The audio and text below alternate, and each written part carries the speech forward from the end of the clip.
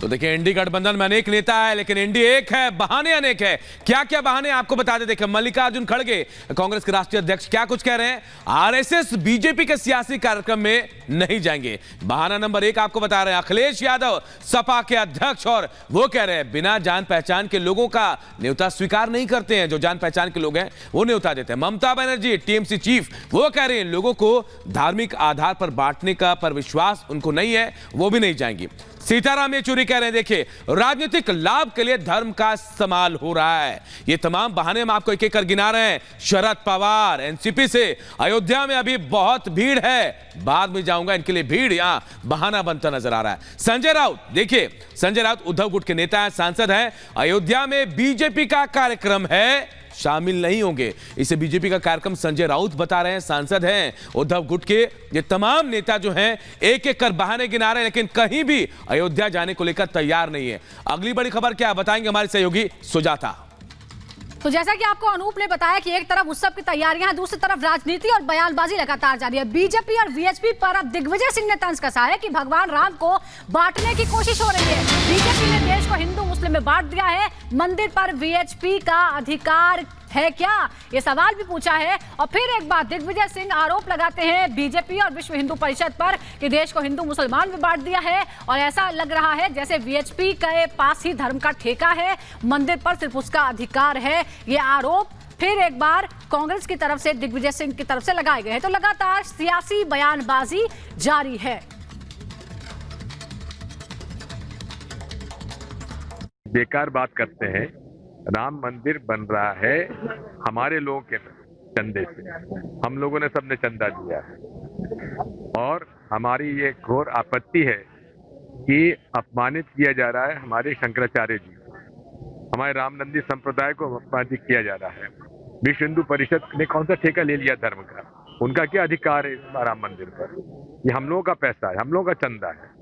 और नरसिम्हा राव जी ने रामालय न्यास बनाया था, चारों शंकराचार्य जी और रामानंदी संप्रदाय के प्रमुख रामनेशाचार्य जी स्वामी जी, इनका रामालय ट्रस्ट बनाया जो आज भी कायम है। उसको अधिकार क्यों नहीं दिया निर्माण का। और ये तो वो लोग हैं, ये चंपत राय क्या है, विश्व हिंदू परिषद के एक प्रचारक हैं, और जिन्होंने की जमीन का घोटाला किया है, ऐसे व्यक्ति को उन्होंने प्रमुख बनाया हुआ है। और जो अपमानित कर रहा है, धर्म को बांट रहा है, धर्म गुरुओं को बांट रहा है, रामानंदी संप्रदाय और शंकराचार्य जी के बीच में खाई पैदा कर रहा है। अगर रामानंदी संप्रदाय को देना चाहते हो, हम सब चाहते हैं दे जाए, लेकिन उनका अधिकार नहीं है विश्व हिंदू परिषद का। वहां की पूजा भी निर्मोही अखाड़ा करता था, उसका अधिकार क्यों छीना गया है। ये लोग बांटने के अलावा इनके पास कोई काम नहीं है। तो राम मंदिर पर लगातार जो सियासत है वो जारी है, लेकिन पूरा देश प्राण प्रतिष्ठा को लेकर हर्ष उल्लास में डूबा हुआ है। हम सीधे ग्राउंड जीरो की तरफ रुख कर लेते हैं। हमारी सहयोगी मीनाक्षी इस वक्त हमारे साथ जुड़ गई हैं। मीनाक्षी, बस चंद दिन शेष बचे हैं, आप जरा वहां की तैयारियां दिखाइए, वहां के उत्साह को दिखाइए। बिल्कुल, चंद दिन शेष रह गए हैं गायत्री, और तैयारियां जोरों पर चल रही है। पूरी अयोध्या नगरी को दुल्हन की तरह सजाया जा रहा है। हर तरफ विकास की एक बयार बहती हुई नजर आ रही है। लेकिन अभी मेरी मौजूदगी सरयू घाट पर है, क्योंकि आज अगर हम अंग्रेजी कैलेंडर के अनुसार बात करते हैं तो ये साल की पहली अमावस्या है, और ऐसे में लोग अयोध्या पहुंच रहे हैं, सरयू घाट के किनारे स्नान कर रहे हैं। ऐसे तमाम लोगों से हम बात करेंगे। सुबह सुबह आप लोग आ गए हैं, यहाँ देख भी नहीं पा रहे हैं अच्छे से, कोहरा इतना लगा हुआ है। जी। क्या क्या इसकी खासियत है, क्यों सुबह सुबह आकर के स्नान कर रहे हैं, और साथ ही तस्वीरें भी दिखाते जाइए सरयू घाट पर किस तरीके से लोग यहाँ पर उमड़े हुए हैं। जी, माहौल तो अच्छा है, लेकिन थोड़ा ठंड लग रहा है, कोहरा भी है। हम लोग आए हैं, स्नान किए हैं, बहुत अच्छा लग रहा है। अच्छा, इसकी मान्यता क्या है, आज क्यों आप लोग स्नान करने के लिए आए हैं?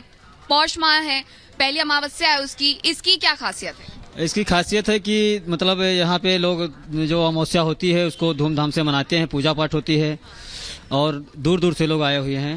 जी, कहाँ से आए हैं आप? और हम तो गोंडा के ही पास के ही आए हैं। ठीक है, कुछ और लोग भी हैं, नीचे की तरफ चलते हैं और उनसे भी बात करवाते हैं। इस बीच आपको तस्वीरें दिखाते जाते हैं। देखिए, हर जगह कोई सी भी नदी हो, गंगा नदी हो या फिर सरयू नदी है, उसको लेकर के भी देखिए कि किस तरीके से यहाँ पर ये जो जीवन रेखा है वो भी बनाई गई है। कुछ और लोग हैं, हम उनसे भी बात करते हैं। आप लोग यहाँ आज स्नान करने के लिए आए हुए हैं, कहाँ से आए हैं आप? मैं भोपाल से बता रहा हूँ।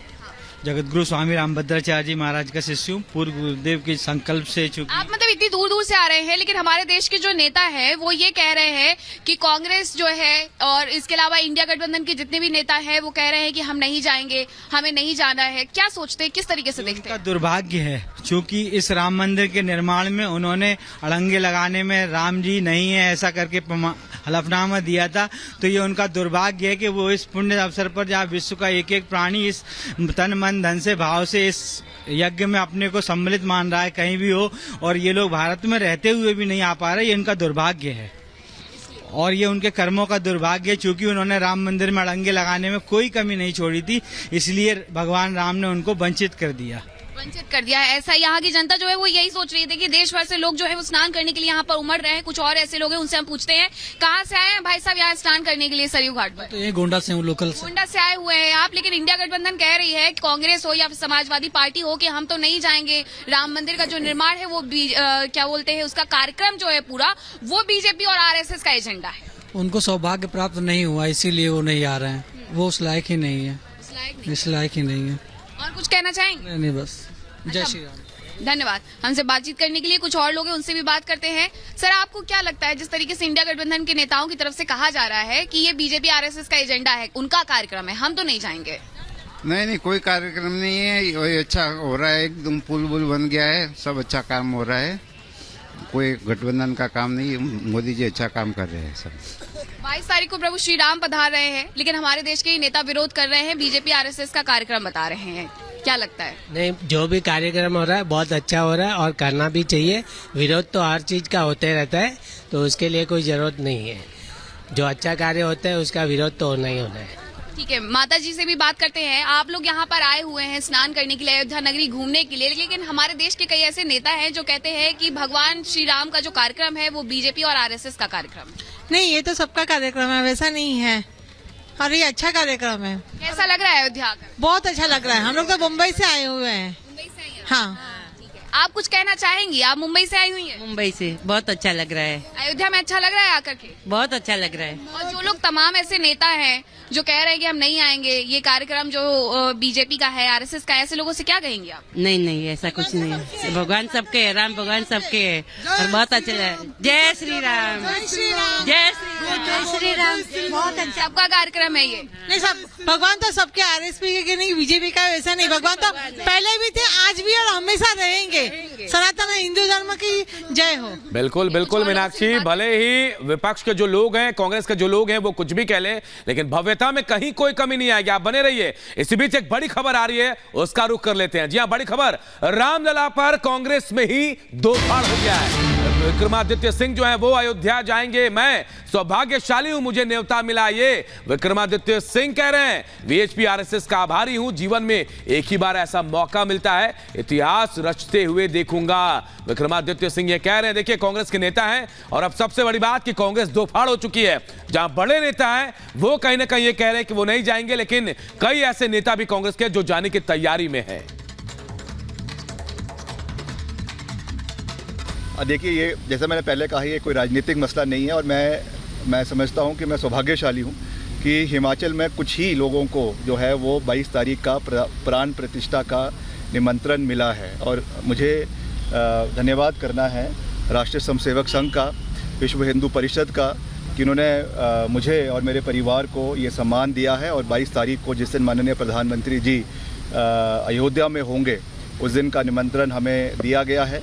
और उस दिन निश्चित तौर से, क्योंकि ये जीवन में एक ही बारी ऐसा मौका मिलता है कि इस इतिहास का हम गवाह बन सके, तो एक सनातनी होने के नाते, एक हिंदू होने के नाते और देव समाज में विश्वास रखने होने के नाते ये मेरा परम दायित्व है, मेरी जिम्मेदारी है कि मैं उस दिन वहाँ पर उपस्थित रहूँगा भी, और इस इतिहास को बनते हुए जो है मैं इसका गवाह बनूँगा।